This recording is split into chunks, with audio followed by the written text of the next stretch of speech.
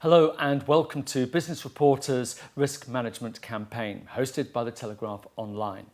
I'm Alistair Greener and today we're going to be talking to Adam Thornber from Bridgeforce about how to control risk.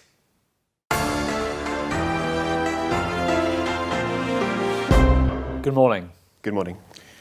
All these years on from the financial crisis, we would have expected risk management to have improved spectacularly, yet we still hear of failures. Why is that? It is performing better and improvements have been made, and that's down to the huge investment made by financial institutions.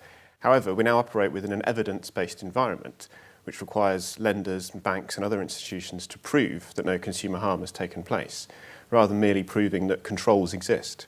This shift is amplified by the fact that consumers' relationships with banks and lenders is far more complex than before, and their interactions are more multiple. And that's the root cause of the risk here, getting insight into those interactions between the consumer and the financial institution. The good news is that there is a solution to this problem, which enables you to meet your compliance regulations, but also improve profitability. Now, you said there that the environment has become more testing. How can we meet those challenges? Well, the first thing to do is to create a 3 lines of defence model. So that's using your business line and your compliance function and your internal audit function to act cohesively to create a risk management framework. Then you need to make sure that that risk management framework is identifying and therefore controlling the right risks. And thirdly, you need to make it sustainable so it can adapt to change in the future. The analogy I like to use is a Formula One team. So as you know, Formula One is an engineering competition, not a driving competition. So on day one of the season, the car that wins the first race is nothing like the car on the last day of the season. It's a bit like that with risk management frameworks. It's not a once and done process. You can't say, I have now created my risk management framework and it is ready and will always be ready.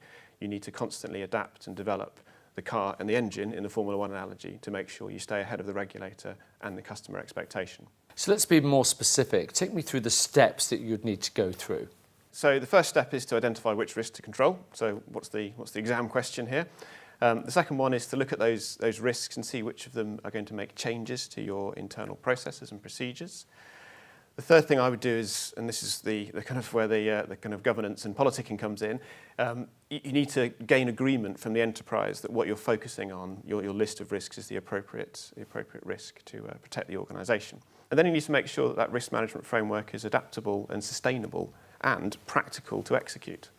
I want to go back to when you were talking there about identifying the risk. How can organisations be sure that they can actually spot all of those risks and then actually understand them? Well, that's the magic question, isn't it? We emphasise using a 360-degree holistic view of the situation, taking inputs from various different parts of the organisation via your adaptive risk management framework.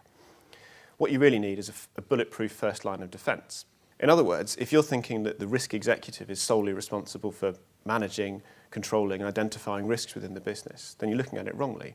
Everyone needs to be a risk manager throughout the organisation so that any consumer harm or errors can be identified quickly before commercial impact and customer detriment takes place. An important point to make here that although there's a fairly widely held perception that financial institutions are the bad guys in this situation, in our experience, every single one of our clients in the past and every organisation we've worked with has a very strong desire to control risks to the consumer.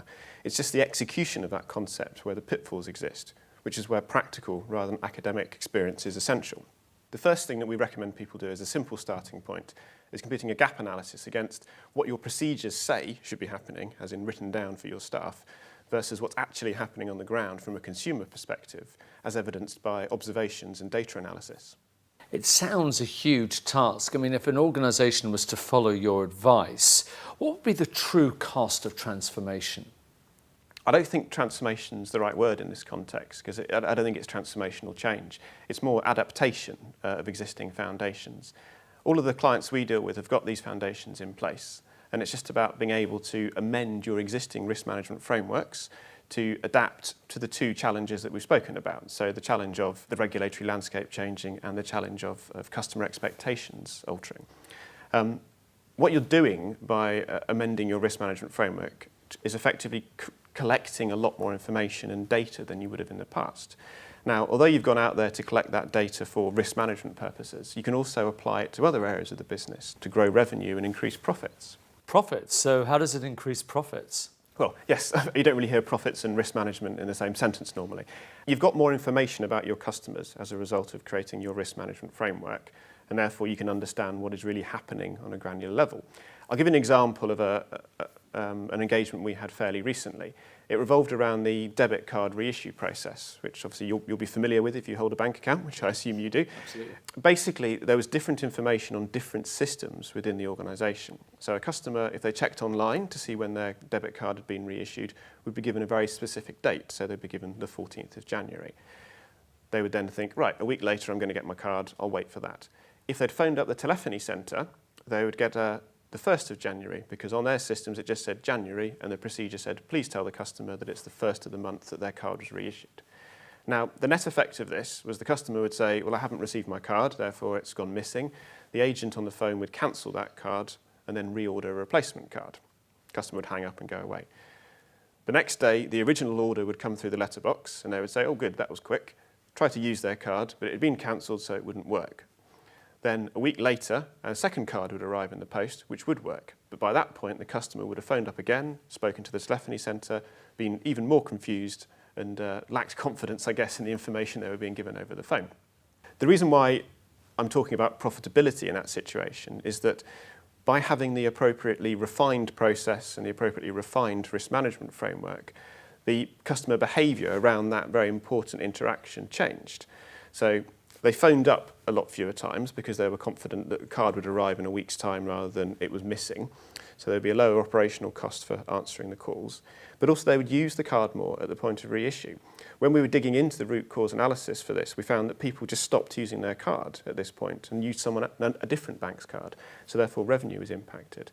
So this is a good example of how, although outwardly you're looking to control a risk, what you're doing is improving the customer experience, improving their sort of happiness and loyalty and satisfaction with the service they're providing, but also you're improving revenue and reducing costs. So that's one example, but how generally would you measure success? That's a good question. It's one which our clients ask us all the time. The most obvious measures of success in this scenario are that you haven't had any regulatory action against you, you've not had any fines, and that you've had no or very few customer complaints upheld against you. The other measures of success are less immediately tangible, and they're more about a general feeling of comfort or confidence about how your risk organisation or your risk management framework is operating, and how soundly you can sleep at night. To allow you to sleep soundly at night, if you can answer these 4 questions in the affirmative, I think you're going to get there. The first one of those is, can I put my finger on the risk metrics, which show that I'm controlling the right risks adequately? Am I confident that my risk management resources are being deployed and focusing on the right risks? After all, I've invested a lot of my money in those. I don't want them to be just doing activity as opposed to controlling the right risks. The third one is, have you embedded a risk management culture within the organisation? This goes back to our previous point about everyone's a risk manager. And the last one is, do I feel comfortable or, dare I say, look forward to a compliance review or internal audit exam? And I think if you can answer all those questions in the affirmative, you're going to be getting a long way towards a very effective risk management framework.